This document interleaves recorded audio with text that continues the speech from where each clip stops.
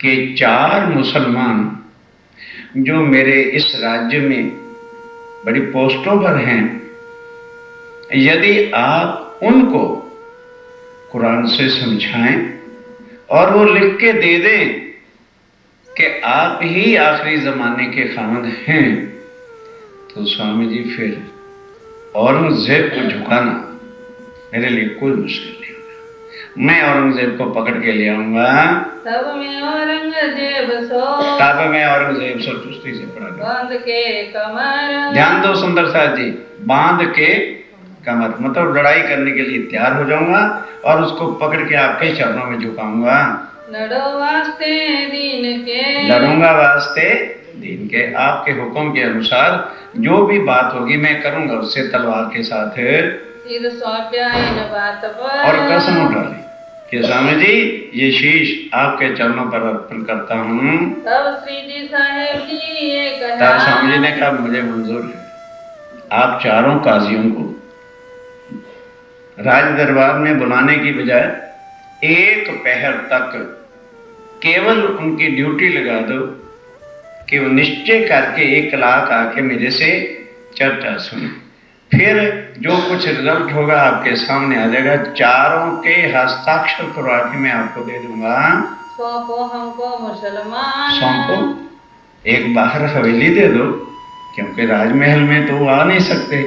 उस हवेली में कुरान के द्वारा मैं उनको चर्चा सुनाऊंगा। वे कहे तुमको तहकीक, वो ही आके तहकीक में निश्चय करके लिख देंगे और कहेंगे कि राजा भाव सिंह यही आखिरी जमाने के खान अल्लाह ताला हैं। कुरान तरफ तुम्हारे, और वो कहेगा कि भाई ये कुरान की हकीकत तो आप ही समझ सकते हो, हमने पढ़ा जरूर है, मौखिक भी याद, मुख से भी याद है, हाफिज जिसको कहते हैं, पर भेद उनको कुछ नहीं खुलते, अर्थ का पता नहीं। जैसे पहला चैप्टर है ना, अध्याय है, उसका नाम क्या है? अलिफ लाम यानी मीम। इसका ही यदि आप कुरान का टीका देखोगे तो उन्होंने क्या लिखा है? ये कुछ भेद हैं अर्श के, जिसको मुक्ता हरफ कहते हैं, और इसका अर्थ अल्लाह ताला के बिना कोई खोल सकता भी नहीं है। ये बात मानी भाव सिंह ने, राजा भाव सिंह ने यह बात स्वीकार कर ली थी। बिल्कुल ठीक है, मैं चारों मुसलमानों को आज से आपको सौंपता हूँ। मेरे मन बरहक, फिर मेरे मन में किसी प्रकार का संशय नहीं होगा। जब मुसलमान ही स्वीकार कर लेंगे तो फिर अपने को क्या कष्ट है?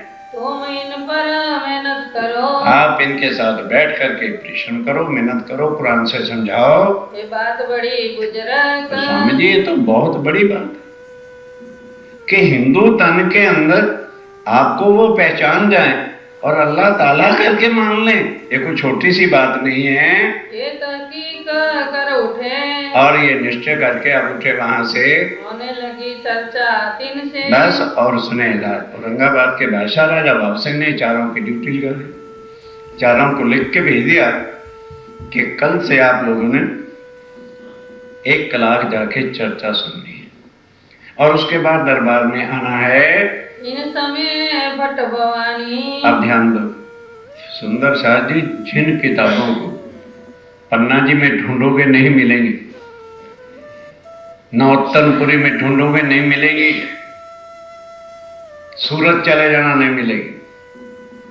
पता नहीं राज्यमराय की क्यों मेरा ढूंढ ढूंढ के बुद्ध गीता और बुद्ध स्तोत्र, महेश्वर तंत्र और पुराण संहिता रतनपुरी आश्रम से छपी है और बहुत थोड़ी सी कीमत है, 20 रुपए क्या चीज है, $50। और यहां भेजी भी है, कोई लेना नहीं चाहता। क्या $1 भी आप लोगों के पास नहीं है तो मुझे बता दो, मैं फ्री दे दूंगा। और उसको पढ़ के देखो कि क्या लिखा है उसके अंदर। वो भवानी भर से स्वामी जी ने दक्कन से मंगाई थी, वो इस समय ले करके आता है। कोई आए मिला, सो आकर के यहाँ मिला, भवानी प्रसन्न आप, और भवानी भी प्रसन्न थी उस पर। बुद्ध की गीता बुद्ध स्तोत्र। बुद्ध गीता। क्यों स्वामी जी सुंदर साथ को पढ़ाते थे? कुछ है ना उसके अंदर, और यहां पहुंच चुकी है, वहां रखती है। पढ़ के तो देखो क्या है, और कोई मोटा ग्रंथ नहीं है, छोटी छोटी बातें, उसको पढ़ो तो मैं पता चले किसके लिए, ताकि सुंदर साथ के हृदय में ईमान यकीन पक्का हो कि सतयुग से ब्रह्मा जी ने नारद को भविष्य की बात कही है और शंकर भगवान जी ने उमा को बताई है कि इस दिन इस समय विद्या अभिनंद बुद्ध निष्कलंक अवतार पूर्ण ब्रह्म दुनिया में जाए। पढ़ो तो पता चले ना, तब हम मन के शम से मिटे कि हम अब अक्षरातीत किसको बनाए फिरते। मन की भ्रांतियों को दूर करने के वास्ते ये पहले से ही हुक्म वेद कतेब में लाखों निशान लिखे उन ग्रंथों को लेकर के आते हैं, नित चर्चा में वाचन, और दर रोज चर्चा के अंदर ये पढ़ करके सुनाया जाता था। आवे कर्म दीदार, और वो दर्शन करने आते हैं कौन? अब उधर अव्वल खां, जान मोहम्मद, अमीन खां और फतेहुल्लाह, ये चारों को हुक्म हो गया।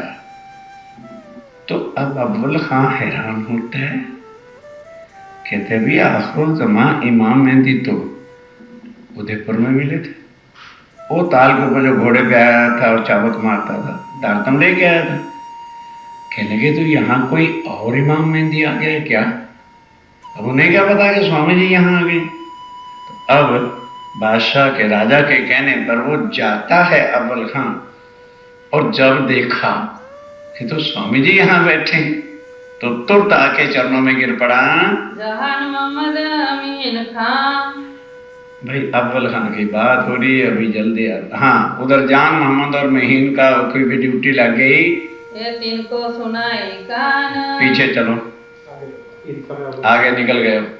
इन समय अव्वल खां, इस समय, अब ये जो भाई अब मुश्किल होती है, पढ़ भी चुकते और फिर भी नहीं पकड़ पाते। इस समय अव्वल खां जो है करने आया दीदार, दर्शन करने के लिए आया। जब उनको सूचना मिली कि दारो तुमने जाना है, तो वो सबसे पहले दर्शन करने आया था उदयपुर का मिलाप, उदयपुर का ताल के ऊपर तारतम लिया था। इन पहचाने परवरदिगार, दूर से पहचान लिया कि यही अल्लाह ताला परवरदिगार स्वामी जी यहाँ आ गए क्या? जहान मोहम्मद अमीन खां, अब सारी बातचीत हुई तो कहता स्वामी जी जान मोहम्मद और महीन खां को तो मैं लेके अभी आता हूँ, और महीन खां से मेरी अक्सर बातें भी होती रहती थी, तो पहले मैं महीन खां को ले आता हूँ। फिर जान मोहम्मद कौन था? वो सारे पठानों को कुरान पढ़ाता था, सबका गुरु था, जिसको उस्ताद कहते हैं। कहते हैं उसको बाद में लाऊंगा। ये तीन को सुनाई कान, ये सारी बातें जाके उसने अमीन खां जान मोहम्मद को बताई। इनको बुलाए ले आया, फिर अमीन के नबी चल मुझे भी ले चल, तो अमीन खां को बुला के ले आया और करने लगे पहचान। तब स्वामी जी उनको भी कुरान के द्वारा कि अमीन खां ये पढ़, कुरान तो मोहम्मद साहब ने लिखा है। उन्होंने क्या लिखा है कि फरदा रोज को खुदा आवेगा।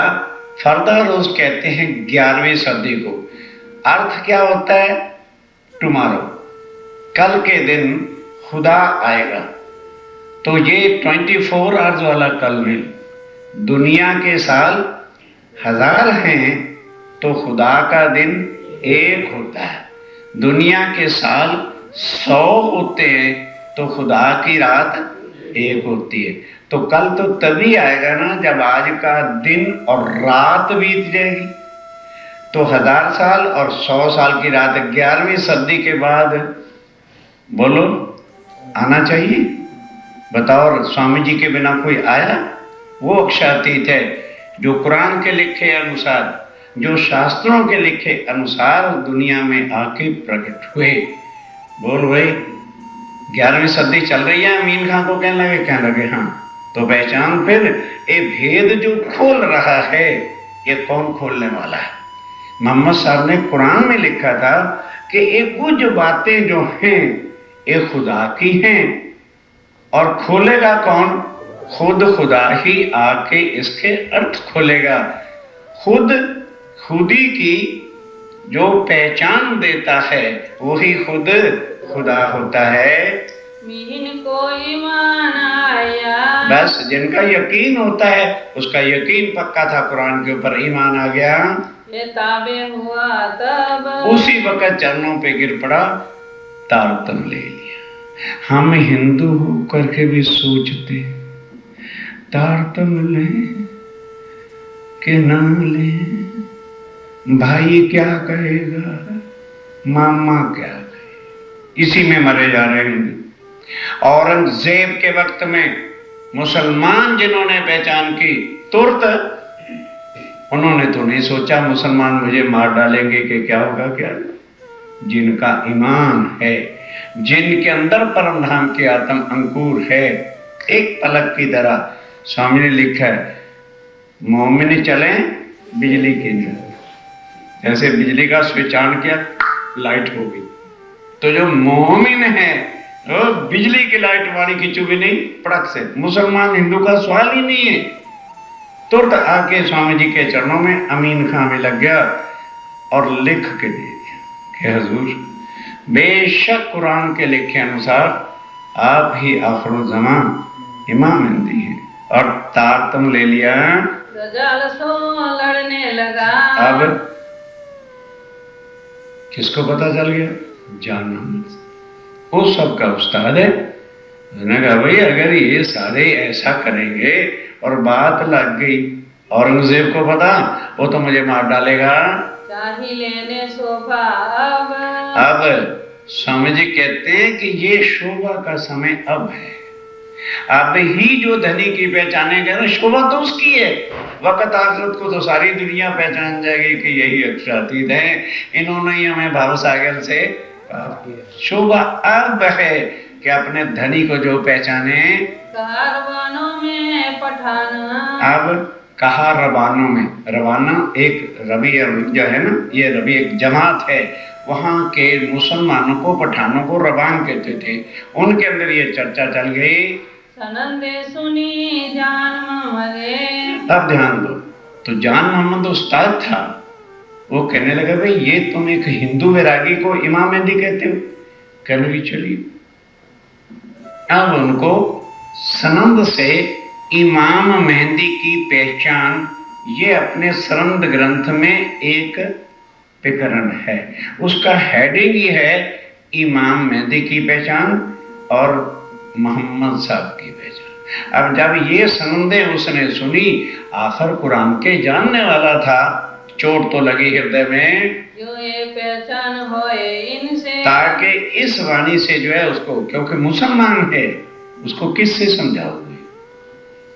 मुसलमानों को यकीन देना है तो सनंद और खुलासा, और उसमें सनंद क्या है? कुरान के 30 अध्याय हैं, उनका अर्थ है, जो किसी काजी मुल्ला मक्के मदीने तक का काजी भी कोई अर्थ नहीं कर सकता, जो स्वामी जी ने हम सुंदर साहब के हाथ में इतनी शक्ति दे दी है। एक जहान मोहम्मद को, वह लेकर के जान मोहम्मद को, असलो अंकुर ईमान, असल अंकुर था, परमधाम की आत्म है, पर बना क्या हुआ है? उस्ताद। तो गुरु बना जो है छोड़ना बड़ा कठिन होता है। आप तमाम तफसीर, और उसे पूरी तफसीर और कुरान मुंह से तो याद था, कोई भी शब्द क्या है इस चैप्टर का ये इतना, मतलब आज भी कई हजारों मुसलमान हैं जो हाफिज हैं। हाफिज का अर्थ क्या होता है? मौखिक याद है पर अर्थ का पता नहीं है। पढ़ो में अरबी खान, कि मैं आज दिन तक अरबी पढ़ता रहा, फारसी पढ़ता रहा, हमें तो वेद नहीं खुले। देता तालीम सबन को, सबको शिक्षा भी देता था, सबको पढ़ाता था कुरान। जेते रहे पठान, जितने पठान थे वो गुरु था, उन्हीं के पास आकर के सारे कुरान पढ़ते थे। इनकी न सुनी हकीकत, अब ध्यान दो, पठानों ने किसी ने ये बात सुन लिया कि भाई अव्वल खां और अमीन खां तो वैरागी के शिष्य बन गए हैं और जान मोहम्मद भी वहां जा रहा है, इनको रोको, क्योंकि अगर जान मोहम्मद ने उनको इमामती मान लिया तो हमारा कौन ठिकाना। जब गुरु ही उधर चला जाएगा तो फिर हमारा क्या ठिकाना रहेगा। तब पठानों ने मिलके कहा जान मोहम्मद आ जाए उसे रोको, ना रुके तो रात को उसके घर में कूद के, नहीं समझे, मार डालो। कहे बुरा भला अनुमान। अब जान मोहम्मद घर गया तो हालांकि शिष्य शागिर्द हैं, फिर भी जो है शरा के जोर से जो है जान मोहम्मद को अटपटे शब्दों से अपमानित किया। भवानी भट्ट डेढ़ पहर लो। अब इधर स्वामी जी एक पहर लग मुसलमानों के साथ वो करते रहते हैं। अब इधर भवानी भट्ट बैठ करके सुंदर साथ को वो 4 किताबें 1.5 पैर तक रोज समझाता है। बुद्ध गीता, बुद्ध स्तोत्र और महेश्वर तंत्र। कथा कहोए फारग। तब वो सबको चर्चा सुना के उधर से फारग होता है। तब श्री राज आरोग के। अब रात को स्वामी जी 3 घंटे तक चर्चा सुना के रात को 12-1 बजे फुर्सत पाते हैं, तब आरोगते हैं थोड़े से बुजुर्ग और तब जाके विश्राम करते हैं। जब दिन पिछला और दिन में सुबह आते हैं, फिर भोजन करते हैं, तो फिर पिछला दिन जब होता है 4-4:30 बजे 3 बजे घड़ी रहत है 7 घड़ी बाकी रह जाती है। तब श्री राज उठत है। तब स्वामी जी पलंग पर से लेटते हैं, थोड़ा विश्राम के लिए उठते हैं। करे साथ सोवाद। आप सुंदर साथ को कौन सी बात करेंगे? अर्श की चितौनी का। आप सबको इकट्ठा करते हैं, चर्चा होए अत बड़ी। और यहाँ परम धाम की ही चर्चा के बिना और कोई संसारिक ग्रंथों के प्रमाण से नहीं होती है। वह श्रृंगार का वक्त। अब श्रृंगार का वक्त हो गया।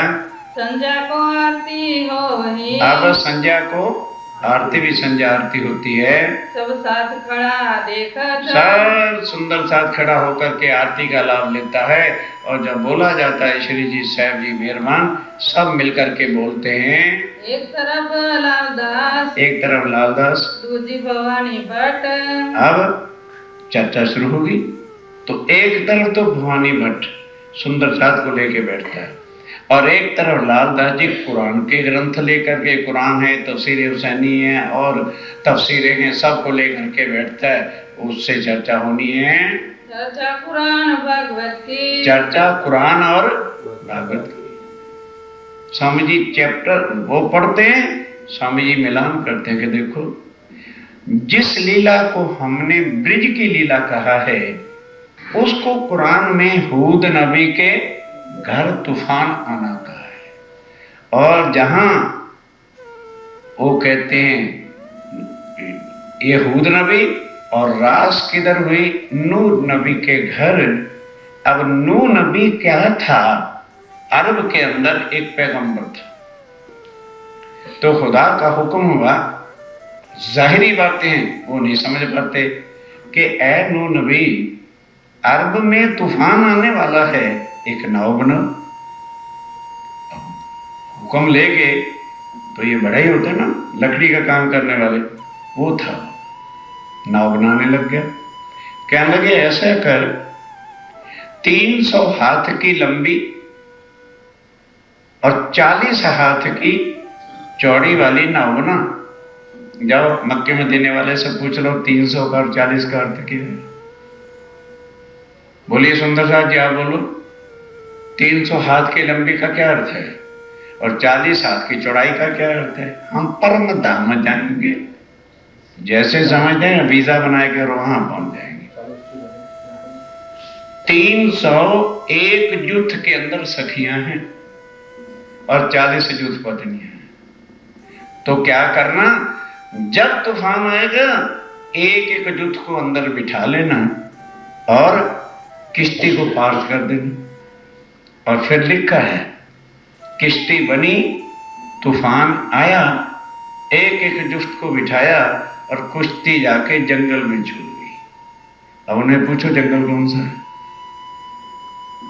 जाए वृंदावन में बांसुरी बजाई और सखियां सबे लई बुलाई, बाकी सबका प्रलय। अब जंगल वो क्या है? नित्य वृंदावन है। ये भेद स्वामी जी स्वयं बैठ बैठ के भागवत और कुरान को एक बता रहे हैं। श्री राज करत है मायने, और लालदास और वो पढ़ते स्वामी जी अर्थ करके सुंदर साथ को समझा रहे हैं। सुनने वाला साध, और सुनने वाला कौन? सुंदर साथ बैठ करके मगन हो रहे हैं, संशय मिटते जा रहे हैं। भैया भागवत ग्रंथ हमारा है तो कुरान में भाषा का ही तो भेद है और बातें हमारी सारे लिखी है, फिर हमें किस बात का डर होना चाहिए? कोई स्वामी जी ने आके ये तो नहीं कहा कि तुम रोजे रखो, तुम रमजान रखो, या तुम 5 वक्त की नमाज रखो, या लोटे लेके वुजू करो। ये उनके लिए हुक्म था कि जब तक अल्लाह ताला दुनिया में आ नहीं जाते तब तक शरीयत निभाते रहना। तो फिर अब शरीयत और तरीकत की नमाज पढ़ो, जब खुद खुदा आ जाएगा तो ये नमाज पढ़नी छोड़ देना, तरीकत और हक से परे हकीकत और मार्फत की नमाज पढ़ना। अब उनको पता ही नहीं है हकीकत और मार्फत की नमाज क्या है, इसलिए वो शरीयत पर ही डटे हुए हैं। कोई सवाल करत है, अगर बीच में कोई प्रश्न कर देता, नहीं समझ आती है तो कोई वाणी लेवे हाथ, कोई वाणी से पूछता है स्वामी जी वाणी में कहाँ लिखा है? अव्वल खां ले आया, अव्वल खां को ईमान आ गया। अब किसको लेके आता है? जहान मोहम्मद को, जान मोहम्मद को लेकर के आता है, क्योंकि दूसरों ने तारतम ले लिया। अब अव्वल खान जान मोहम्मद को लेके आता है कि चल भाई तू चल के कुरान से चर्चा सुन ले, संशय मिटा ले। चलते चलो 2 महीने तक जान मोहम्मद चर्चा सुनता रहा पर आहम नहीं गिरा। क्यों? जब तक आहम मैं मेरा 100 साल गिनाओ साथ में, 100 साल के पुराने प्रणामी बने रहो, नरक में जाओगे। धनी अनुभव 100 बेर, मूल अंकुर दया बिना, कर में डाले अंधेर फिर कर्म कांड में रह जाओगे। क्या चाहिए? मैं को मारता, मैं सब कुछ जानता हूं, मैं सब कुछ करता हूं, मुझे खबर है, कुछ खबर नहीं। हम अंधे, हमें आए दिन तक नहीं पहचान हुई। सुंदर साह जी हजू अपन नहीं, हमें ये नहीं पता लगा कि अक्षरातीत कौन है, तो उसकी पहचान कैसे हो जाएगी? रास की ब्रिज की अखंड लीला को हम अक्षरातीत करके कह रहे हैं। कुछ सोचो, फिर विचारो कि भाई कैसे हो सकता है? क्या योग माया की कोई शक्ति परमधाम चली जाएगी? फिर पहले से देखो, इश्क रबद किससे किया था? जब ब्रह्मांड में उतरे थे, इश्क रबद किससे हुआ? राज्य से हुआ कि कृष्ण का हुआ? इतना समझा देने पर भी जो ये कहे हाँ जी पंचों का कहना सिर माथे पर, हमारा प्रणाला गली में ही चलेगा तो फिर भाड़ में जाए। किसी को कोई ठेका लेके थोड़ा है। जागृत बुद्ध आई है, वो बुद्धि अक्षरातीत की है। ये उनके मुखारबिंद की वाणी, जिनको इस पर यकीन नहीं, कौन उनको भव से पार करने वाला? कौन अखंड सुख देगा? कहां से लाओगे? क्या आज दिन तक ये देवी देवता खुद नहीं भव से पार हो सके तो तुम्हें कौन ले जाएगा? अब 2 महीने तक ध्यान दो, जान मोहम्मद कुरान से चर्चा सुनता है, लेकिन ये नहीं मगे से गया कि मैं सबका उस्ताद हूं। अब क्या होता है? ध्यान से सुनने का प्रसंग है। गायल बया तिन मन, चर्चा में होकर दिल के तो सब जो है संशय मिट गए, पर अहम नहीं मिटा। पर अर्ध पक्का, पर अर्ध पक्का था। उधर कहते यार लगते तो हैं वैरागी, फिर कहते नहीं नहीं वो अल्लाह ताला आएगा। एक कभी इधर हो जाता है मन, कभी इधर हो जाता है, बिचला फिरता है। सुनी लीला फिरी सूरत। अब जब अर्श की लीला 16वें सुपारे में लिखा है, मोहम्मद साहब ने कहा तरबियत फी लेल तूल मेराज, कि मैंने शबे रात के अंदर अल्लाह ताला से मिला और मैंने उनकी सूरत को देखा। लाल उत्तम सुनाई। अब ध्यान दो, ये बात सुना किसने दी? स्वामी जी ने अभी नहीं सुनाई कि भाई जब तक पक्का नहीं हो जाए ना आगे की बात नहीं सुनानी, क्योंकि कुरान में लिखा है अल्लाह ताला की सूरत अल्लाह ताला ही आके बयान करेगा, जो करेगा वो दज्जाल है। अब लाल दास जी ने अपनी जल्दी कर दी कि 2 महीने चर्चा सुनते हो गया, राज्य का स्वरूप भी बता दो। अब जिस वक्त सुनाई लाल दास जी ने, उसके दिल में शक आ गया, हाँ ये काफर लोग हैं। लड़ाई भई उन वक्त, आपस में लड़ने लगे। लाल कहते जानो हे लाल दास जुबान बंद कर, तुम लोग काफर हो, तुम कैसे अल्लाह की सूरत बयान करते हो, क्या तू अल्लाह है? आपस में लड़ाई हो गई। जात रहा घर को, कहता बस आज के बाद काफरों की शक्ल नहीं देखूंगा, मैं अपने घर जाऊंगा, कभू न ले उजल, बिल्कुल तुम्हारी शक्ल भी नहीं देखूंगा। के मैं 2 मास मेहनत करी। अब स्वामी जी के पास गए, स्वामी जी मूर्खता तो हो गई, कहने भाग्यवान हमने 2 महीने इतना परिश्रम किया है और क्या हमने ही राज्य का स्वरूप श्रृंगार बता सकते थे? खैर, तो लालदास कहता जी 2 महीने हमने भी बड़ा समझाया, गलती हो गई, यदि आप कहो तो हम उसको घर से मना लें। स्वामी जी कहते हैं बुद्धि से सोचो, तुम घर मनाने जाओगे तो वो तुम्हें झूठा समझेगा कि वाकई काफर है। और चिंता ना करो, जिसने 2 महीने तक चर्चा सुनी है और रात को चैन से सो सकेगा नहीं, और कल ही आ जाए, बुलाने नहीं जाना, ये और गलती मत करो। वही नारूह निर्मल, पर 2 महीने चर्चा तो सुनी। सुनिए सुंदर साहब जी, हम भी भाई क्या एक कल का छोकरा आ गया मुझे समझाने, तो कोई ओल्ड का और नया का सिक्के में ओल्ड का कुछ ज्यादा कीमत हो जाती है। जिसने अपनी आत्म ही नहीं जगाई, जिसने श्री जी को पहचाना ही नहीं, जिसको सुध ही नहीं आई कि ये कौन है, तो 100 साल बैठा है, उससे क्या होता है? स्वामी जी कहते हैं 2 महीने चर्चा तो सुनी पर आत्म निर्मल हुई नहीं है। चलते चलो, तब उत्तम दास क्या अर्थ करता है, बुलाए आओ मोहम्मद जहान, कहो तो जी मैं बुला के ले आऊं, पर जाती जी स्वामी जी ने मना कर दिया। इन्हें सुनी चर्चा कान, क्या लगे बुलाने की जरूरत नहीं, 2 महीने इसने चर्चा सुनी है, अंकुर है तो रात को चैन से सो सकेगा नहीं, तड़पेगा चर्चा के वास्ते। तो दुचिती हो गई। अब जिस वक्त घर गया अकल आई ठिकाने, कहने लगे यार गुस्सा तो आ गया था और मैं क्या आया, अब चर्चा कैसे सुनूं? चर्चा तो जरूर सुननी। कहते ये भी बड़ा बेइज्जती है, मैं कह के आया था नहीं जाना, एक दिन लेना एक दिन दुचिती, दोनों तरफ जय भाग रहा है।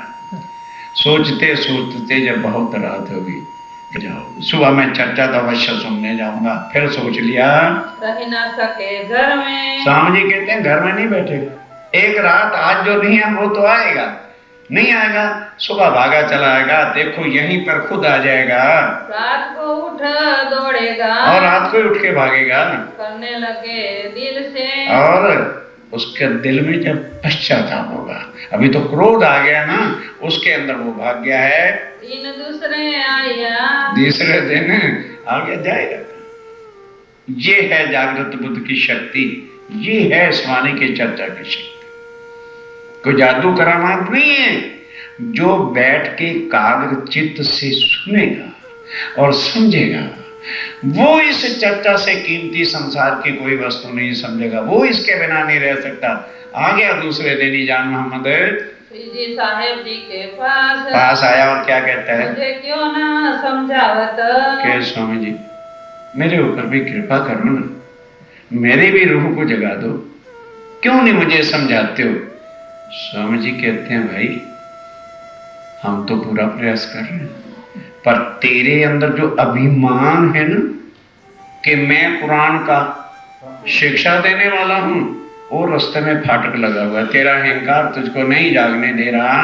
मुझे है कदमों की आशा। अब कहते नहीं, आगे तो स्वामी जी मैं 2 महीने तक आपकी परीक्षा लेने आया था, साफ कह दिया, इम्तिहान लेने आया था। अब मेरी रूह को चोट लगी है, बस अब आपके कदमों के बिना मैं कहीं जाऊंगा नहीं। तब श्री जी साहेब जी ने कहा, तब स्वामी जी ने क्या कहा, एक 8 दिन देव चित्त। कह लगे आगे तो 2 महीने चर्चा सुनी, तेरी आत्मा नहीं जागृत हुई। अब तू कहता है चरणों का आसरा है, तो 8 दिन चलता से, और वो भी एक पहर। फिर देख तेरी आत्मा रूह जागती है कि नहीं। आया चर्चा सुनने। बस अब उस भाव से, श्रद्धा भाव से, आत्म को जगाने की दृष्टि से क्षण से उतार के घर रख के आया, तो आके चर्चा सुनने लगा। सवाल किया एक ही तब कहता स्वामी जी क्षण से है, ये है कि कुरान में मोहम्मद साहब ने लिखा है जब इमाम मेहदी आएगा तो मुर्दे कब्रों से उठ जाएंगे। मैं आज कब्रिस्तान गया था, माँ की कब्र के पास मैंने बैठ के बोला माँ उठ जा, इमाम मेहदी आ गए, तो वो नहीं कब्र से बाहर रही। फिर मामा की कब्र के पास गया तो वो भी नहीं निकला। तो फिर कब्रों से मुर्दे कब उठेंगे जब आप इमाम मेहदी हैं? फिर कब्रों से मुर्दे उठते क्यों नहीं? वक्त रोज क़यामत कि क़यामत जब आएगी, इमाम मेहदी आएंगे तो कब्रों से मुर्दे उठ जाएंगे। दिया जवाब श्री जी साहेब जी ओ ने। बड़ा समझने का क्वेश्चन है। तब स्वामी जी क्या कहते हैं, कार्ड दिखाया बिच फिर कान। तब कहा खोल कुरान, जहां 7 निशान क़यामत के, इसका अर्थ क्या है? ये मिट्टी कभी थोड़ी उठेगी। जो मोहम्मद साहब के वक़्त से कब्र में पड़ गए, वो तो शायद गवर्नमेंट ने बुलडोजर फेर के कब्रें ही खत्म कर दी और नई बिल्डिंगें और नई कॉलोनियां बस गई। तो कहते हैं फिर कहने लगे भाई ये कब्रें बैठी, ये जो तुम्हारे तन है ना, यही जिंदा कब्रें हैं, और वो आकर के जीव रूप के साथ, रूबी जीव के साथ मुर्दा हुई पड़ी है। कब वो जगेगी?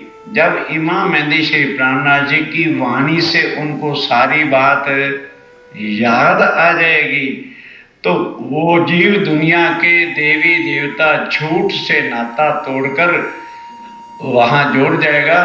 तो फिर बोल क्या वो जो जीव होगा शरीर छोड़ने के बाद कहां जाएगा? उठ के खड़ा हो जाएगा कि कब्र में जाएगा?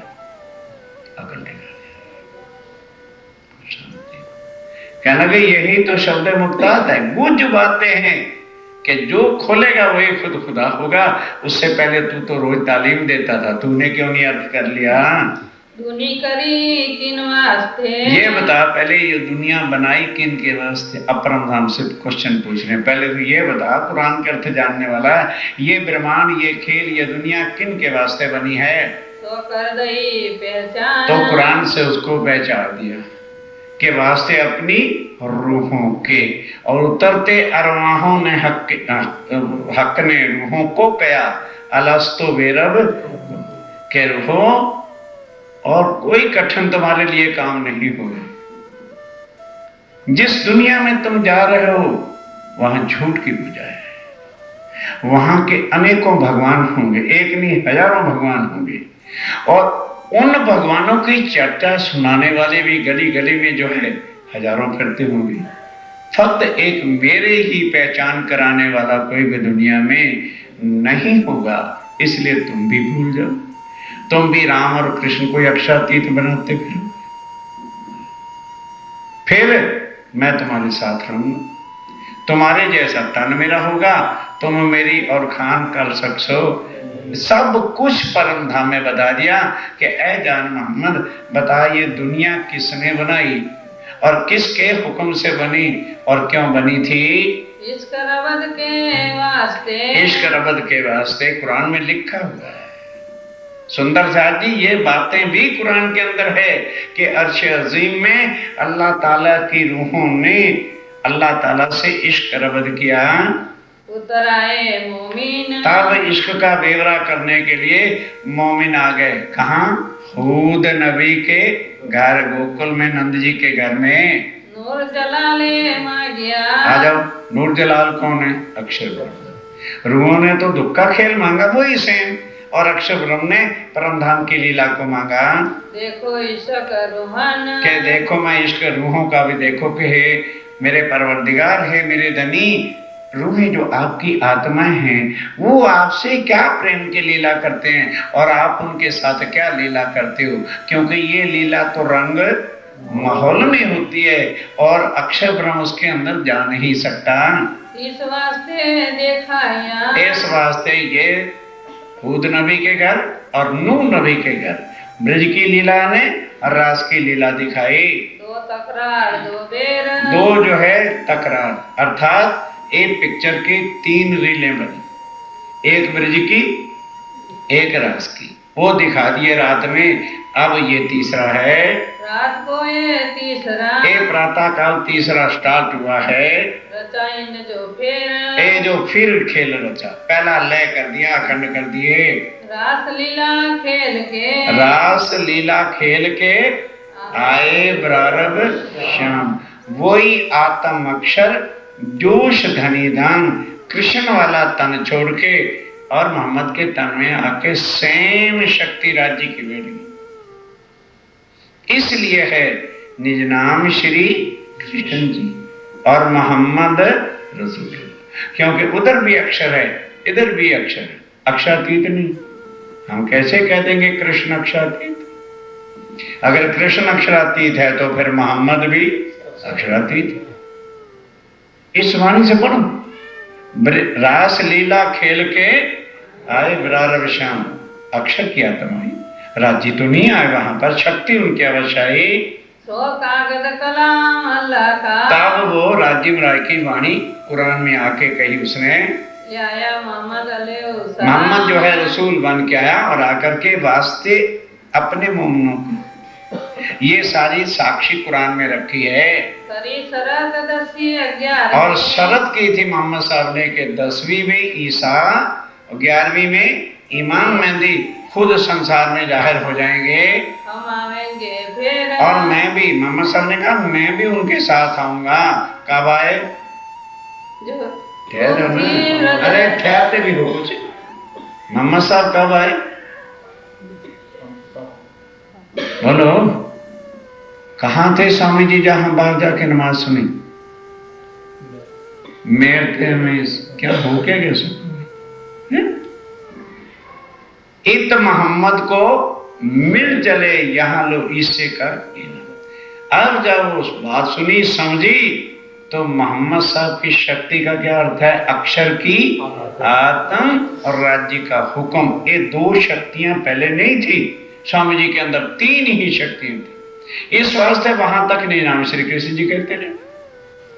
अब जब मोहम्मद भी अंदर आ गए और अक्षर की आत्म भी आ गई, अब क्या बन गए? साहिब। पहले एक पक्षीय थे, हिंदुओं के ही थे। अब यहां से पूर्ण ब्रह्म अक्षरातीत सच्चिदानंद श्री जी सह बन के चले। जो रूहें थी ब्रजरास में, अब ध्यान दो, रूहें ज्यों की त्यों, जो ब्रज में थी वही रास में गई, वही परम धाम गई और वही अब फिर ब्रह्मांड में आए हैं। तो आवे दूजी बेर, ए किसने कहा? मोहम्मद साहब ने कहा कि ऐ दुनिया वालों, जो रूहें हूद नबी के घर और नूह नबी के घर आए थे वही आएंगी, उनकी खातर अल्लाह ताला आएगा और मैं भी उनके साथ आऊंगा। अब हिंदी में समझ लो कि वही आत्माएं दोबारा इस ब्रह्मांड में आएंगी तो उनके वास्ते अक्षरातीत आएंगे, तो मैं भी उनके साथ आऊंगा। तब काजी होए के, तब खुदा काजी हो के, कृष्ण नहीं। इतने प्रमाणों के बाद ही नारी टूटी कृष्ण पे लगी है तो बोलो क्या करेगी वाणी? खुदा बैठेगा अक्षरातीत आकर के न्यायाधीश बन के सारी दुनिया का इंसाफ करेगा। अंदर तो बजा नहीं सकता। तब धाम को याद करे, तब अब याद करेगा कि ओहो परम धाम के अंदर ये चीज है। अब इतने बजे हैं तो अब नीले पीले मंदिर से ये उठेंगे और वन में जाएंगे। आगे ये खबर उनको नहीं थी। इस वाणी से अक्षर को भी शुद्ध अब रहेगी। आप परम धाम में क्या कर रहे हैं? अब शयन का समय हो गया और आज ही सुबह उठ के तीसरी घूम के छज्जे पर आएंगे। ये सारा उसको भी इस वाणी के आने से समझ आ जाएगी।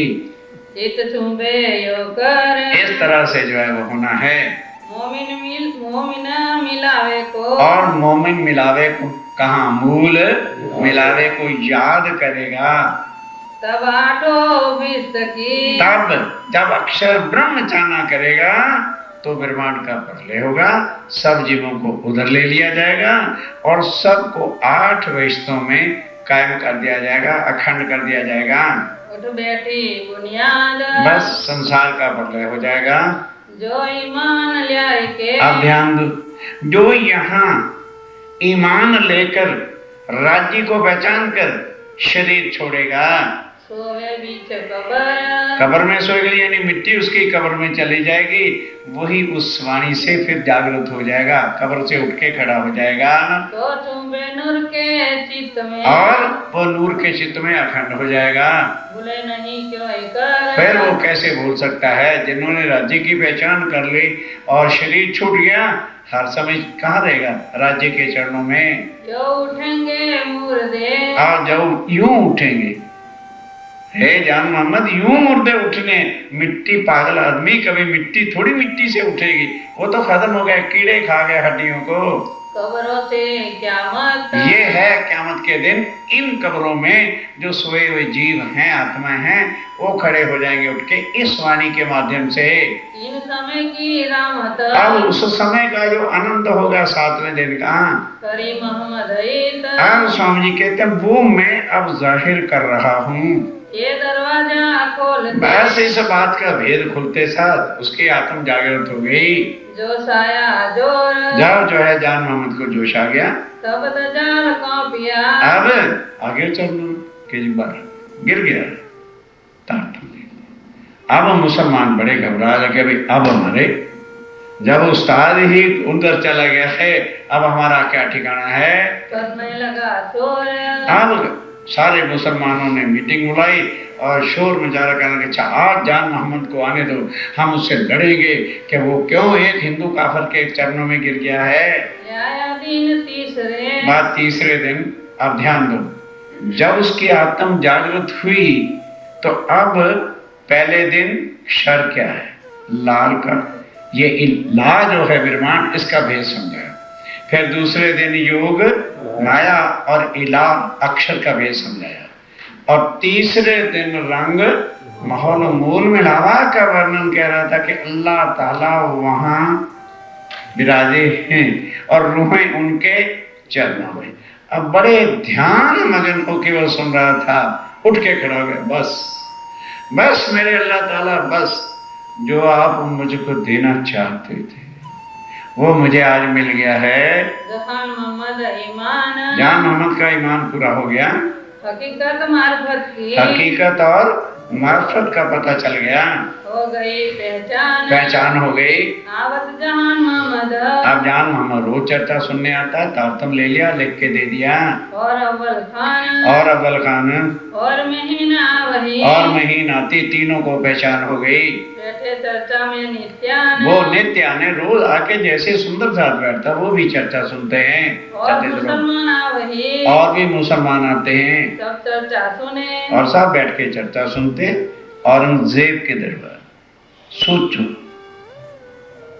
कि कट्टर मुसलमानों का राज था, पर जिनकी आत्मा है उनको क्या मतलब है संसार के कर्म कांडों से? तामे जहान मोहम्मद को, तामे जान मोहम्मद को जो सावे इन समय, जब चर्चा परम धाम की स्वामी जी सुनाते हैं, पागल होके गिरता, बहुत जोश आ जाता है, मारता अपने आप को, हम जिंदा क्यों बैठे हैं संसार में। श्री राज पकड़े इनको, तब समझा, ए जान ऐसा नहीं करते, होश में रहो, ऐसा ठीक नहीं होता है। सिर पर धरे हाथ, तब सिर पे हाथ धर देते हैं उसका जोश ठंडा करने के लिए, दिलासा बड़ी करे, और बड़ी दिलासा देते हैं कि भाई जब तू रूह अर्श अजीम की है फिर किस लिए उतावला, जल्दबाजी मत करो। तुम्हें हमारा साथ, यहाँ तक कह दे अरे भाई तू हमारे साथ, तू तेरी आत्मा अर्श अजीम की है। फिर सावधान हो वही, फिर जरा चौकस सावधान शांति प्राप्त करता है। जब सुने नाम लाहुत, जब सुने नाम, अब पहली बार सुन रहे होंगे कि सुंदर सा, ये संसार मृत लोग हैं, ठीक है, तो कुरान में इसको क्या कहा है, नासूत, मिटने वाला। उसके बाद हम कहते हैं वैकुंठ, तो कुरान में क्या लिखा है, जबरूत, लाहूत, मलकूत, जबरूत नहीं, लाहूत। लाहूत परम धाम को कहा है, जबरूत अक्षरधाम को कहा है, मलकूत वैकुंठ को कहा है, और नासूत मृत्यु। ये क्या है, नासूत। वैकुंठ क्या है, मलकूत। योग माया अक्षर ब्रह्म क्या है, हाँ बोलो बोलो, जबरूत भाई, नासूत, मलकूत, जबरूत, लाहूत। नासूत क्या है, मृत्यु। मलकूत क्या है, वैकुंठ। जबरूत क्या है, अक्षर।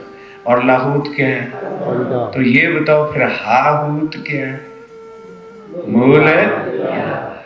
एक कुरान के शब्द हैं, बात वही की वही है।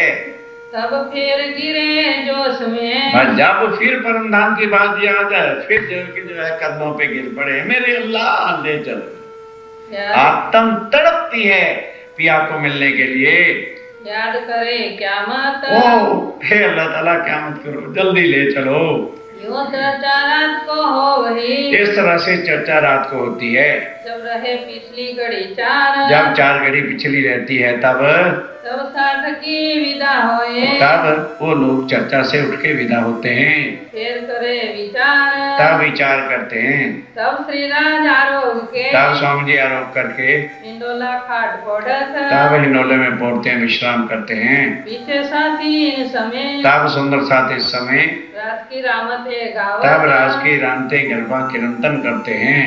यो करते भोर हो वही, इस तरह से गाते गाते कीर्तन वाणी प्रातः काल हो जाता है। लीला बैमास चार, 4 महीने तक ये लीला वहां होती रही। नित्या ने उत्सव कीर्तन, अब नित्याने उत्सव, रसोई, सेवा, कीर्तन, अन्न मंगल हो रहा है, हुआ साथ अंग करार, और सुंदर साथ को भी बड़ी शांति आनंद हो रही है। पठान फतेह मोहम्मद, अब आओ, एक लगे फतेह मोहम्मद, ओ राजा भाव सिंह का सबसे बड़ा प्रमुख वजीर था। ये बात सुनी कान, अब उसने ये बात जब सुनी कि भाई ये बयान मोहम्मद भी वैरागी के चरणों में गिर गया, और अव्वल खान और महीन खान भी चला गया।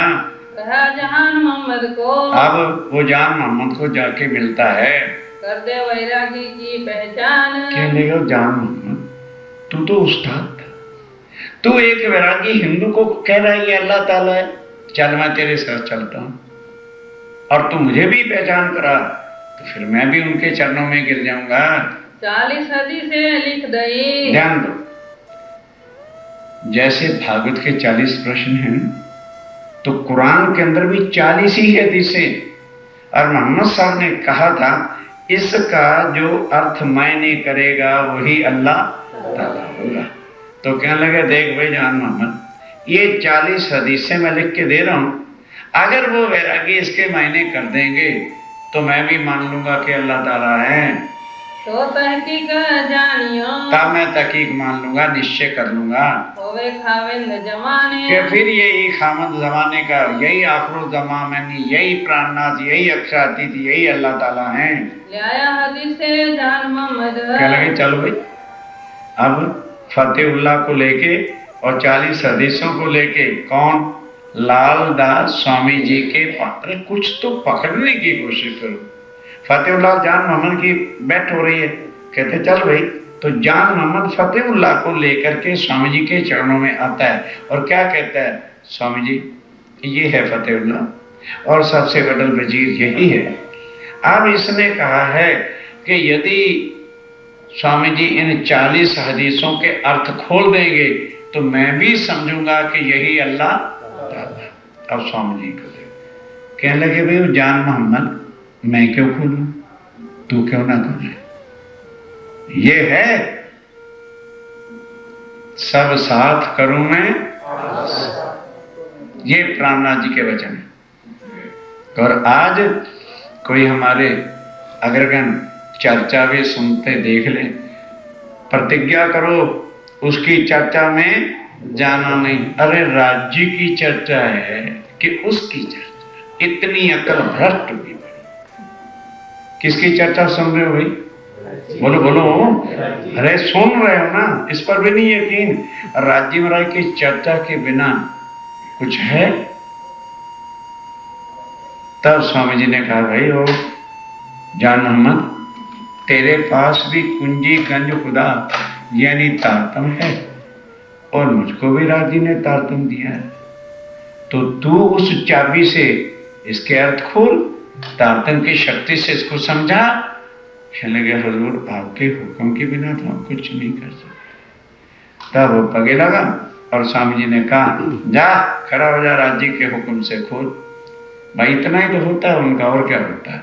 कोई रिद्धि सिद्धि कोई या जंतर मंतर थोड़ा होता है। जब स्वयं उन्होंने हुक्म कर दिया बस, तो एक एक हदीस के मायने खोल दिए। और एक हदीस है जिसमें मोहम्मद साहब ने कहा, मैंने खुदा की किशोर अमृत सूरत देखी, तरबियत फी लैलतुल महराज। कहते बोल, सब अर्थ जब हो गए, कहने लगे, भाई हाँ लगता तो है,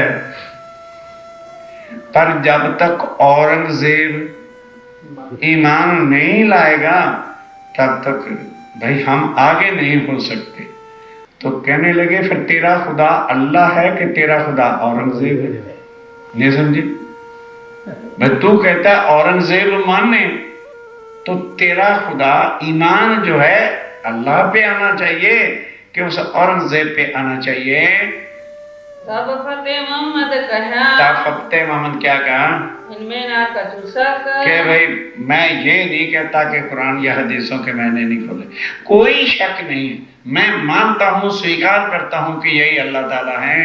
जाहिर कर हम ना सके, पर भाई मैं जाहिर नहीं कर सकता। क्यों? सरा जाहिर परस्त गुजरत कि औरंगजेब हमें जिंदा ही मार डालेगा, उसने लिहाज नहीं करना, सो हमको मारे, वो हमको मार डालेगा। इन वास्ते कहो न जाए, इस वास्ते मैं नहीं कह सकता। हदीसों पे मायने, हदीसों के बिल्कुल मायने खुल गए और यही अक्षरातीत अल्लाह ताला है। अब तुम्हारा क्या बताएं। तब ध्यान दो, तब जान मोहम्मद कहता, फिर अब तेरे पास राय क्या? जब तू कुरान का ठेकेदार बना फिरता है और कहता है यही अल्लाह ताला है, फिर तू कौन है? ना हिंदू है ना मुसलमान है। तब फतेह मोहम्मद ने फिर कहा, तब फिर फतेह मोहम्मद ने क्या कहा, जो लोग बादशाह ना आवे, भाई सीधी सादी बात है, जब तक बादशाह औरंगजेब जो है वो ईमान नहीं लाएगा हम नहीं ले सकते, बोलो आगा हम क्यों तब करें? तक मैं आगे नहीं चल सकता, जाहिर नहीं कर सकता कि यही अल्लाह ताला है। पहले क्यों लावे यकीन, और पहले हम नहीं यकीन ला सकते। तब जान मोहम्मद ने कहा, तब जान मोहम्मद ने क्या कहा, तुम्हारा ईमान ऊपर सुल्तान, तेरा ईमान किसके ऊपर है? बादशाह पे, तेरा ईमान अल्लाह ताला पे नहीं है। ऐसा तुम क्यों कहो? वो कहता भी ऐसा क्यों कहते हो? कहते नहीं तो फिर अल्लाह को जाहिर कर, कुछ चोरी है, कोई पाप है, कोई डर है, बता दो दुनिया वालों को। है दुनिया वालों, अल्लाह ताला पूर्ण दुनिया में आ गए हैं, यश, और तू डरेगा तो तेरा यकीन अल्लाह में फिर कैसा हुआ? तेरा यकीन तो एक व्यक्ति पर है। जब देखो हक पहचान, जब तुमने हक की पहचान कर ली, आंखों से देख लिया, फिर क्या मतलब हुआ? ये खटपट गई आपस में, ये दोनों में खटपट हो गई। तब इनने छोड़ दिए पठान, तब जो है जान मोहम्मद ने कहा, आज से मैं पठानों की शक्ल ही नहीं देखूंगा, ये लोग काफिर है। चर्चा सुन के कुरान पर, और फिर भी जिनको यकीन नहीं आता, ऐसों के साथ मत्था मत फोड़ो। तुम मने करो जहान मोहम्मद। तब फतेहुल्लाह ने जाके मुसलमानों को कहा, भाई जान मोहम्मद को मना करो। कहने लगे, जी आ जाने दो। अब जान मोहम्मद घर तो नहीं छोड़ देना था, तो 15, 20, 50 जने लड़ने आ गए। जान मोहम्मद, हम तुझको जान से मार देंगे, ये करेंगे और वो करेंगे, खबरदार तो कल से बैरागी के पास गया, कहने लगे जाऊंगा जो करना कर। वो घर में ही नहीं सोया कि कहीं रात को मारी ना डाले, दौड़ करके समझ गए, बस चला गया। समझने का जान मोहम्मद क्या हो गया, चुपई ढूंढते चलना आ गया। कह लगे जी ऐसे ऐसे वो मेरे से लड़ने और मुझे कहते हैं मार डालेंगे। तो फिर मैं वहां सोया नहीं कि इन काफरों का क्या भरोसा, कहीं मुझे मार ही ना डाले, तो आपके चरणों में आ गया हूँ। कह लगे अच्छा कोई चिंता ना कर, यहाँ आएंगे तो हम समझा लेंगे। अब जब मुसलमानों को फिर खबर लगी कि जान मोहम्मद तो वहां चला गया है, कहने लगे भाई चलो आज लठ लेके चलो, वो साधु जो आया हुआ है ना यहाँ बैरागी, उससे लड़ेंगे कि भाई हिंदू होकर के कुरान और हदीसों को पढ़ सकते नहीं। अब ध्यान से सुनना, तो रात को मीटिंग तो हुई थी 50 जनों की, पर लड़ाई में कौन है, तो 10-15 ही मुसलमान आए, बाकी ठंडे होके घर बैठ गए। अब चर्चा हो रही थी, जैसे आप लोग चर्चा सुन रहे हो, तो हम ही तो सिर्फ देखेंगे ना कौन आया। तो अब वो आए और दूर से कहते हैं, ए महाराज आपको कुरान और हदीस से पढ़ने का जो है किसने जो है वो कहा है। तो अच्छा, स्वामी जी ने कहा भाई हम कोई कुरान की या मोहम्मद साहब की बरखिलाफ तो नहीं बोल रहे, हम तो उनकी मोहब्बत सनमद को जाहिर ही तो कर रहे हैं। तो स्वामी ने कहा पहले ये बताओ तुम्हारा उस्ताद कौन है, किसने तुमको कुरान की तालीम दी है। जान मोहम्मद खड़ा हो गया, कहने लगे हुजूर ये शागिर्द तो मेरे, अगर आप इजाजत दो तो मैं इनको पढ़ा दूं। तो और भी मुसलमान बैठे थे, कहने लगे लठ उठाओ, कहते खड़े हो जाओ मैं तुम्हें बताता हूँ। और अब मेरे शिष्य होके आके यहाँ बकवासबाजी करते, मैं जब लठ लेके आगे गए ना, कहते नहीं नहीं नहीं नहीं हमारा दिल बिल्कुल साफ है, जो ऐसे नहीं ना सीधे होंगे, लठ से 1 मिनट में सीधे हो जाते हैं, ईमान आ जाता है। चलो बैठी मजलिस, अब मजलिस फिर हो गया, फिर तुम्हारी मजलिस सब बैठ रही है, वहां मजलिस बैठी थी, घर के बाजू दोनों तरफ आगे किताबें, मोमनों के आगे किताबें धरी हुई हैं, बीच में उस समय लाइटें तो होती नहीं थी, पीतल के दिए रखे होते थे बड़े बड़े और तेल से जलते थे। एक तरफ हिंदुओं की किताबें, एक तरफ मुसलमानों की चर्चा होती रहती थी, एक करके बताते थे स्वामी जी।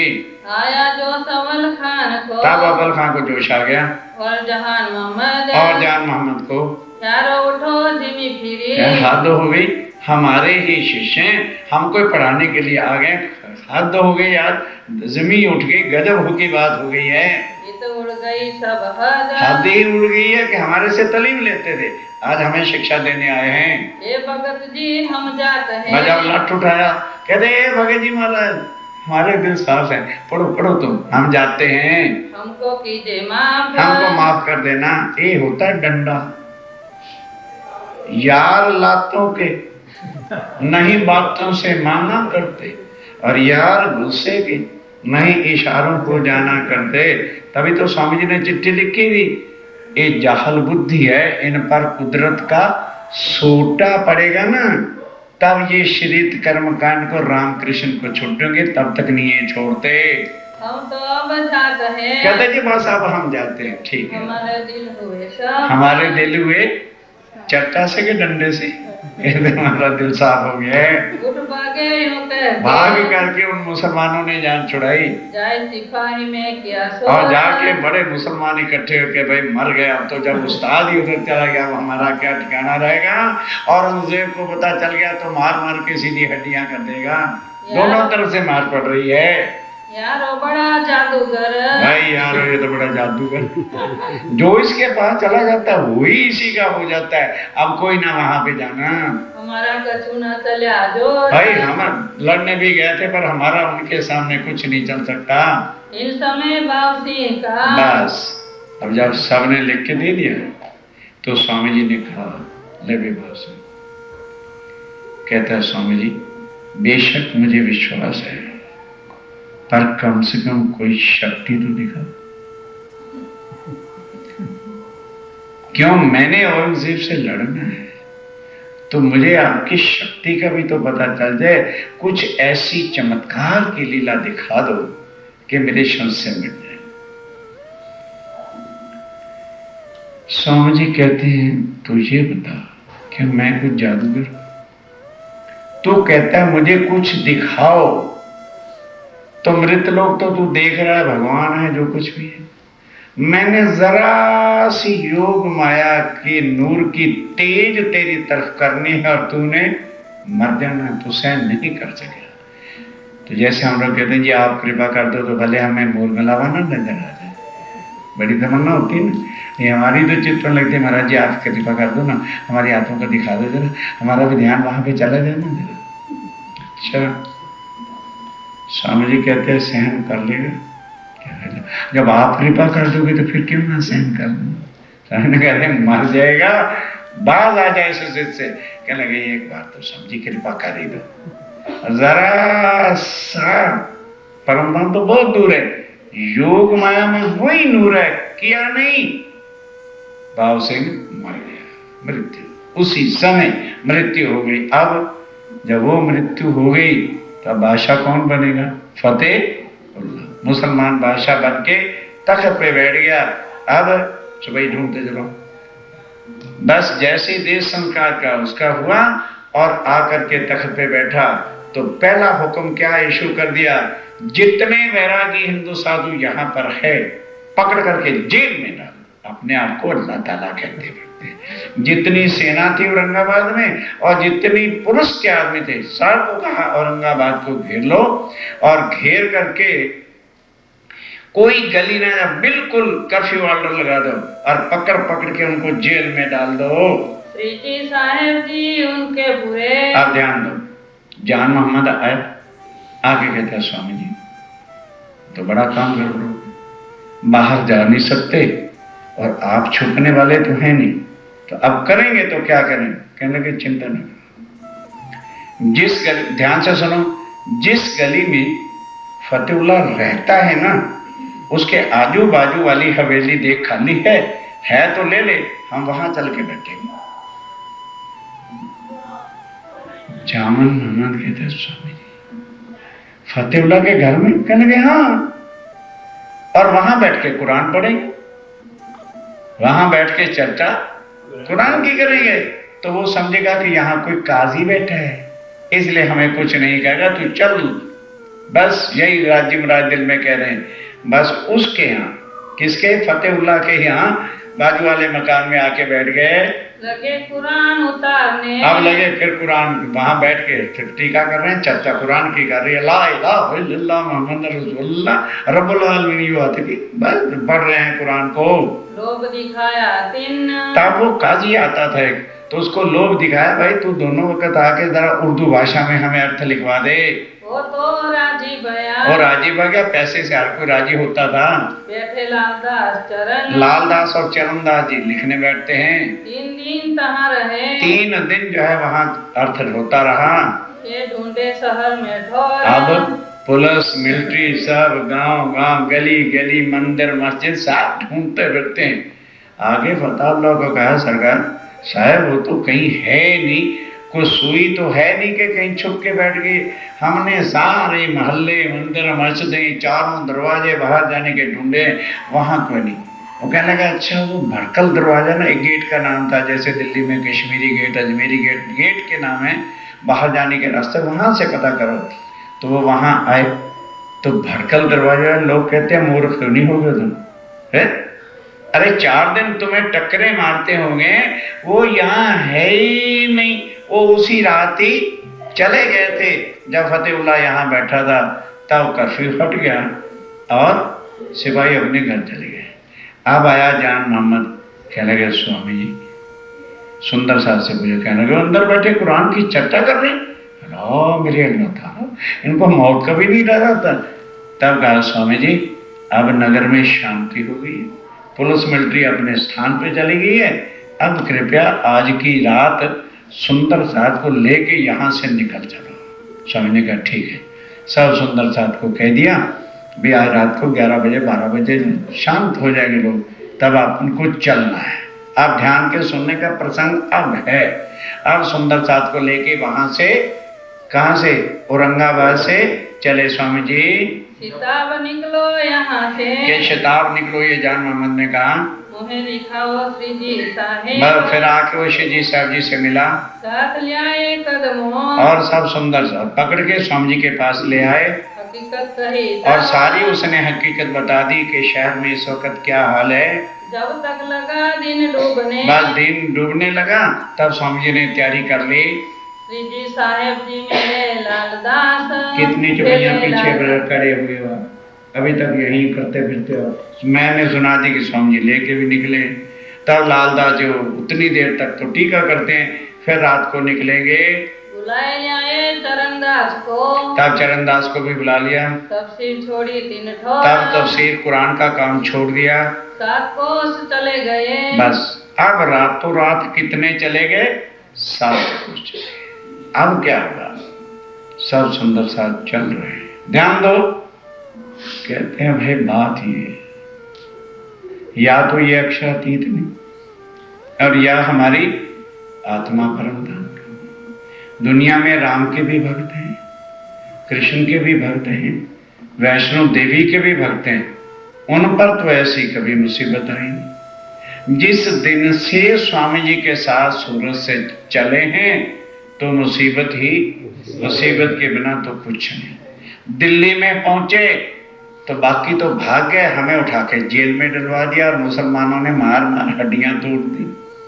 फिर चिट्ठी लिखते हैं 1100 साल पहले ही ऐसा लिखा था, कैसा बुद्धू बनाते फिरते। फिर उदयपुर लेके गए तो वहां जाके फकीर बना दी, जो कसर बाकी थी आगे चलो ढंग के कपड़े पहनते थे भिखारी बना दिए। उसके बाद मंदसौर गए तो बस फौज ने आगे लड़ाई की, खाली वहां तो कपड़े ही बनाए थे उदयपुर के ताल पर। यहाँ बड़े ठाठ से कहते हैं कि भीख मांग के लो।